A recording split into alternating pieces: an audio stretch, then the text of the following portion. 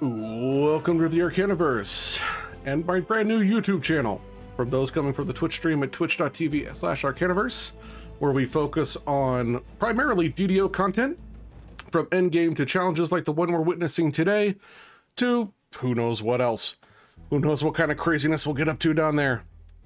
So what we're doing here is R10 Ruined Halls as a underleveled first life druid caster, getting maximum points for the My Card DDO challenge that was posted back in late December of 2021. A link in the description to both my Twitch and the My Card challenge will be posted down below. The contest is over. Spoiler, we won. But it's still fun to see a lot of the old vids and people trying to do a lot of crazy things with basically very few resources. Now, the trick with the My Card DDO challenge is to run as high as Reaper content as possible, and you got bonus points for soloing it, running it by yourself, which is what we're doing here, as well as running as a first life character, which this is. This was freshly rolled up for this challenge. The gear I already had, so I didn't have to go farm new gear, but this is the only quest this character has ever done, so no past lives or anything funny business like that, as well as being under the quest level of the quest. Now on Elite/Reaper, Ruined Halls is a level 8 quest, so we're running as a level 7. This gets us access to the Season's Herald tree all the way up to Salt Ray, giving, as well as Call Lightning, Fire Seeds, and Creeping Cold. Now the reason why we're focused so much on SLAs is because they do a lot of damage, as well as taking up very few resources. We can pack on a lot of meta magic feats for no additional cost, and it doesn't get impacted by the Wolf Form spellcasting cooldown penalty, allowing us to use the extra run speed that we gain from Wolf, along with the 30% movement speed that I'm personally getting from the Quiver of Alacrity, but you can get that bonus from any number of places, from haste potions to past lives. It doesn't matter where you get it, as long as you have it. Giving that extra plus 40% actually allows you to outrun most Reapers, so you can kite them very far, which really opened up the pathway for doing Ruined Halls. As you can see, as I'm running back away from a Despair Reaper right now, Despair Reapers increase the saves for itself and monsters around you, making it very hard to land spells effectively, especially crowd control or insta-kills. But as long as we have enough room to run, we can outpace it, turn around, blast it a few times, and keep that up until it's dead. This is one of the big tricks for soloing Reaper, because while melee is extremely hard because it's, you know, as you are weaker and mobs are stronger, running up to a mob will just kind of instantly kill you. It's really bad, but for casters, you have some room to get in some damage. Now we're just healing up our wolf here because it died, because I need it to pull a lever real quick without spawning a couple of gargoyles, so just, again, more conservation of spell points. There he goes, click, and he returns, no problem. And we're back onto the main part of the quest.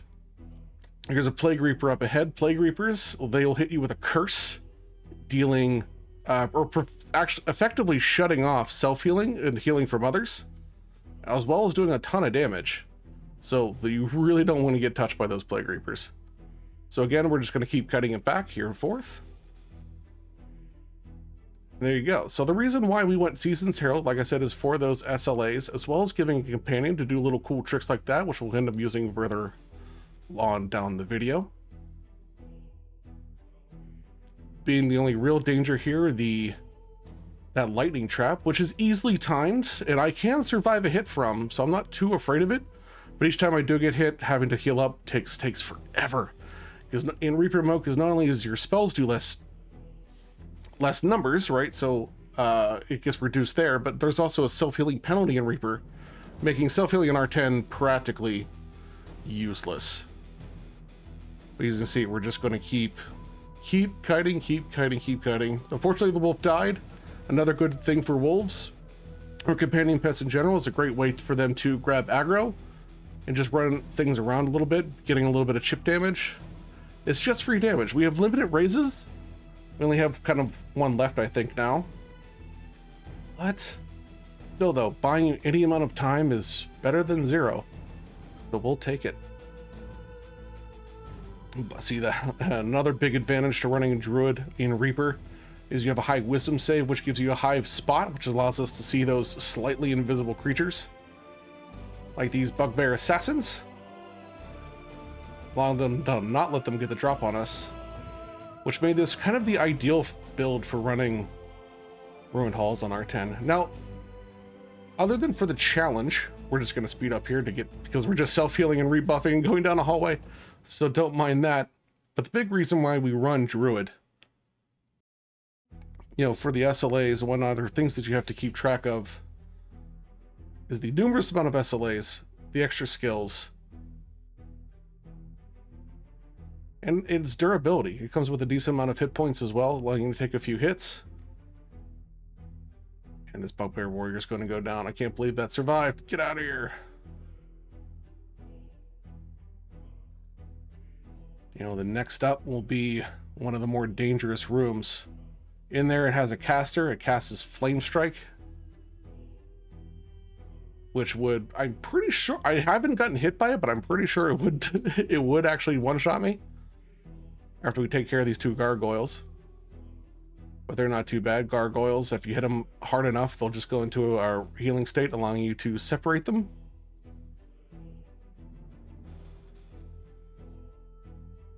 You can see that extra move speed already coming in handy, being able to outmaneuver the gargoyles without even having to kite them very far.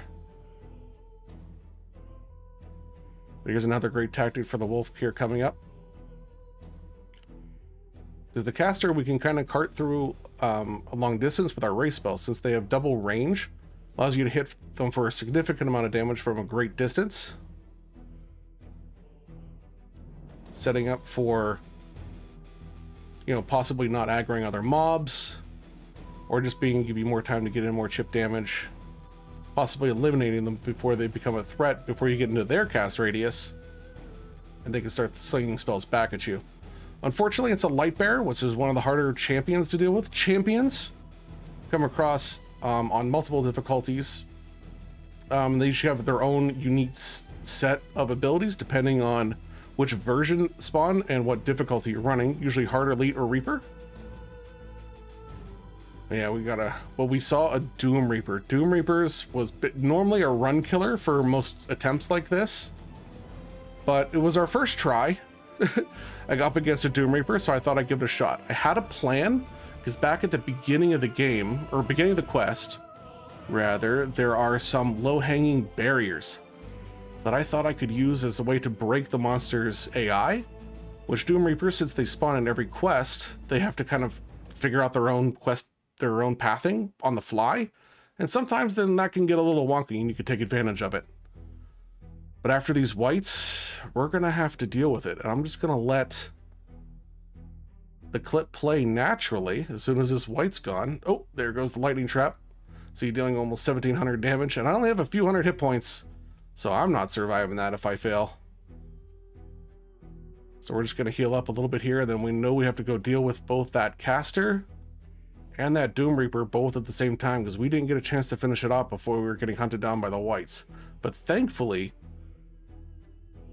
they didn't decide to pursue us. They either got locked on something else or got disinterested. Either way, I was very fortunate. But now I'm just gonna let the clip play so you can see the madness that unfolds. All right, zap, zap, zap, zap, zap. Okay.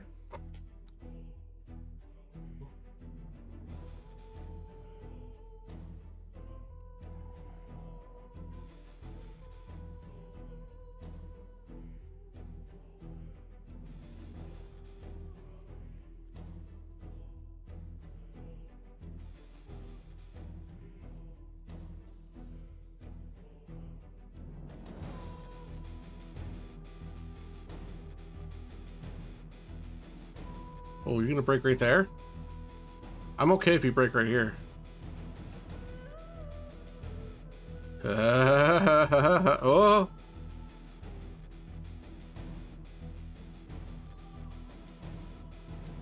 Uh-oh. Nope, that's not breaking on the terrain like I hoped it would.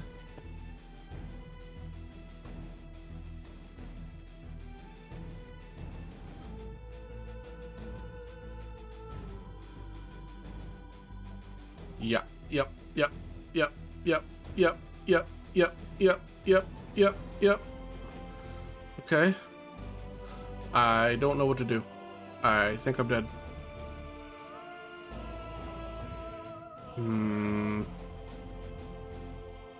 What do I do?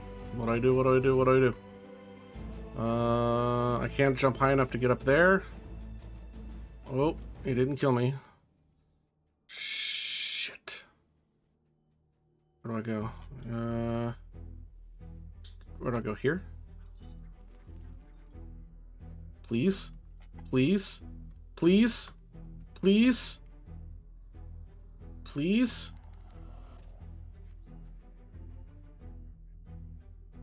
No! No, I fell down! No! Okay, okay, okay, okay, okay, okay, okay, okay, okay, okay, okay, okay, okay, okay, okay, yep, yep, yep, yep, yep, we're good. Okay. Oh, no, nope, nope, nope, nope, please just die. God damn you, please, you're so close. Oh, baby. This is...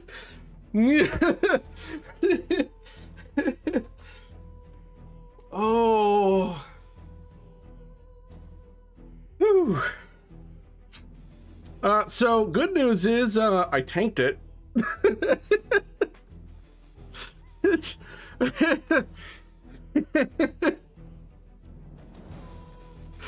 just gonna say, oh, okay. Woo, all we need is 1 HP. As we take our time to heal up here, it's gonna take a moment. But yeah, no, what happened there was Doom Reapers tend to try and find the shortest path with the least amount of obstacles to reach you. And that terrain on top of those boxes was just enough to throw off its pathing to wanted to go to pick another path than it would, other than the one it was currently on, to try and climb those crates and hit me for that final Doom attack that for sure would have killed me, especially when I was already weakened, which actually I'm kind of surprised we took that first hit. So after that, it starts to get like pretty smooth sailing. We got to deal with the Lightbearer caster still, who managed to probably heal itself up a little bit, but a nice stun from the Salt Ray allows us to easily take it out. And then from this point on, we're just going to be destroying some zombies and some more whites, including another caster white, which we have to be extremely careful of, because they have the long range attacks. You know, a failed save or anything like that causes pretty much insta death. Now this is where a bit of quest knowledge comes into play. As soon as you hit that lever, zombies will form behind, including champ ones, which you'll see there, a Flameborn. But nothing our Creeping Cold and Call Lightning can't handle.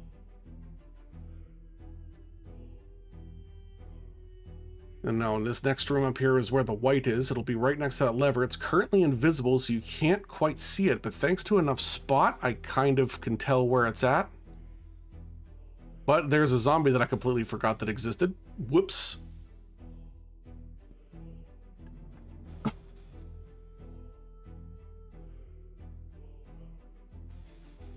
That's where you can get messed up. Having perfect quest knowledge is probably one of the biggest barriers between new players and veterans, as far as trying to do crazy stuff like this. Because unlike, you know, running on normal difficulty, where your typical strategy is just to walk up to a bad guy and cast or do damage in some fashion, and it'll kind of fall over, your defense is able to naturally kind of keep up. Where on Reaper 10, that kind of antics will get you killed real quickly. You'd be watching your Soulstone from afar as a sometimes multi-minute death penalty, where you have to sit on the sidelines while folks wait around to be able to res you. I don't recommend it. So we employ tactics like this, where we're able to very quickly run away, do a lot of damage very quickly for very little investment, giving us the most bang for our buck. Now, we do have SP potions, or mana regeneration potions, called the Magnetic potions. Just in case, I think we do drink 1 or 2 throughout the run, which was totally allowed by the rules of the challenge. But it's not something I wanted to... It was a 10-round tournament, so it's not something I wanted to get used to, because those do... they're rare to find, and or they cost a lot of money. Both of which we are limited on. Otherwise, we're just hoping we don't see any more Doom Reapers. Any other kind of Reaper we can kind of handle. Other than Doom, we've already covered Despair, Plagues, and Dooms. In addition to that, we do have Fear Reapers. Fear Reapers tend to sit back and don't really engage you, but you want to take them out quickly because they'll bring up stacks of fear to the entire party, which does damage over time. And the longer it lasts, the more ticks or the more stacks of fear that you get, the more damage you'll take. So it can very, very quickly cause a party wipe if you leave them lingering for too long.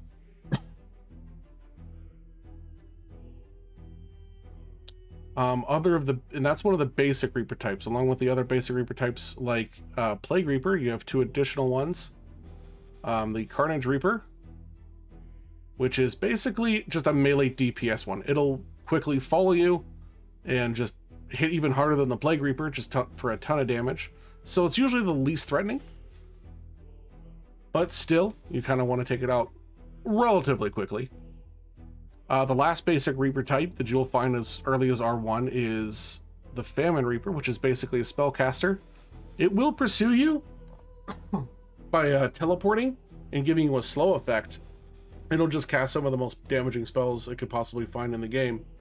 So again, it's not one... It is probably one of the #1 killers on Hardcore, which, speaking of Hardcore, the latest League 6 will be starting on July 27th. 2022. We'll be streaming a lot during those days.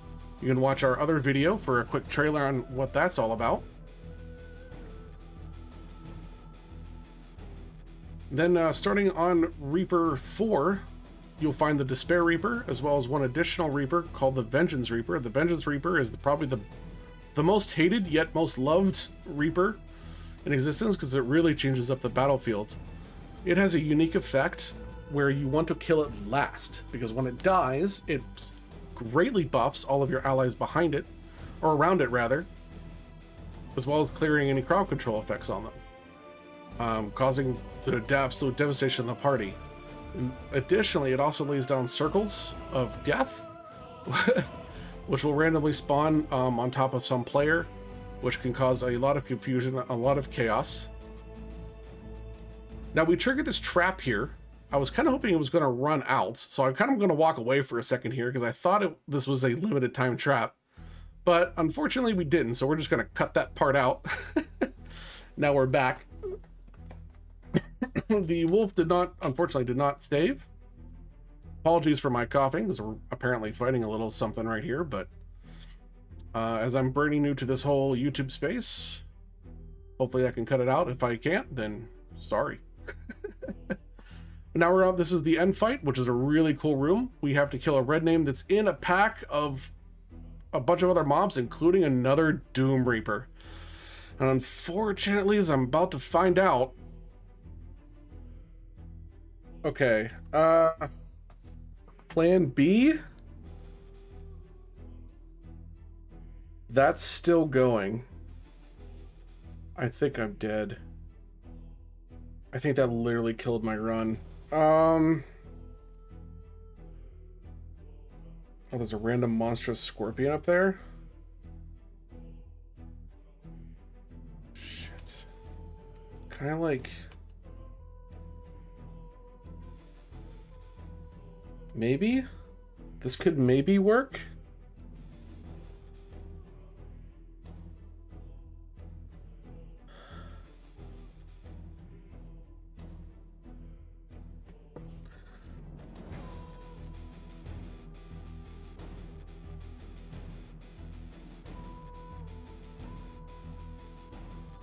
Is it possible just to pull a Reaper without pulling everything? Because that guy, like, isn't... Like, if I just, like, run over here, will he, like, hello?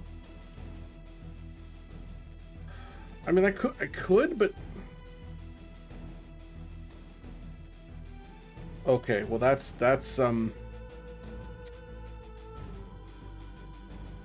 not helping. I need D-Door now. I desperately need D-Door right now.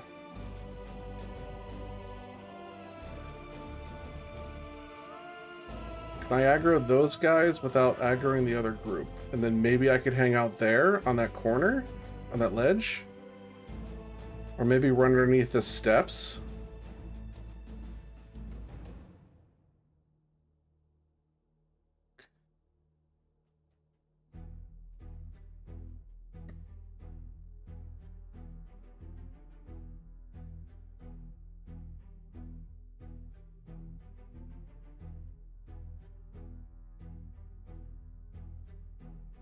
He moved. The boss moved. You see that? Where did he go? Oh God, please.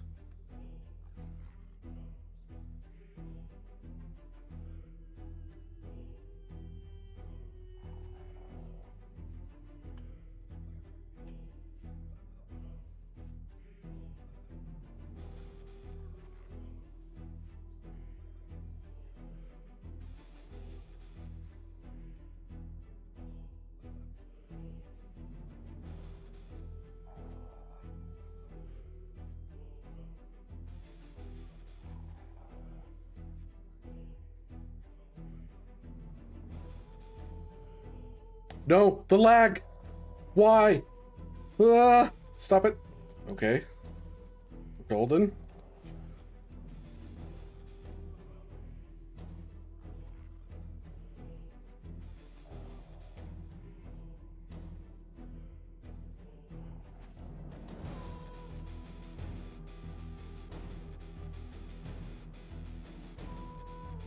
Getting a good angle on this guy. Wait, why am I targeting dwarves now?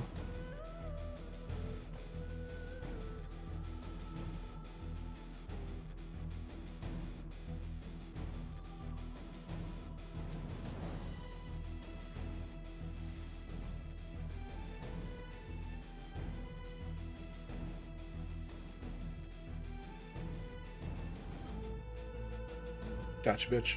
1 hit point, you bastard.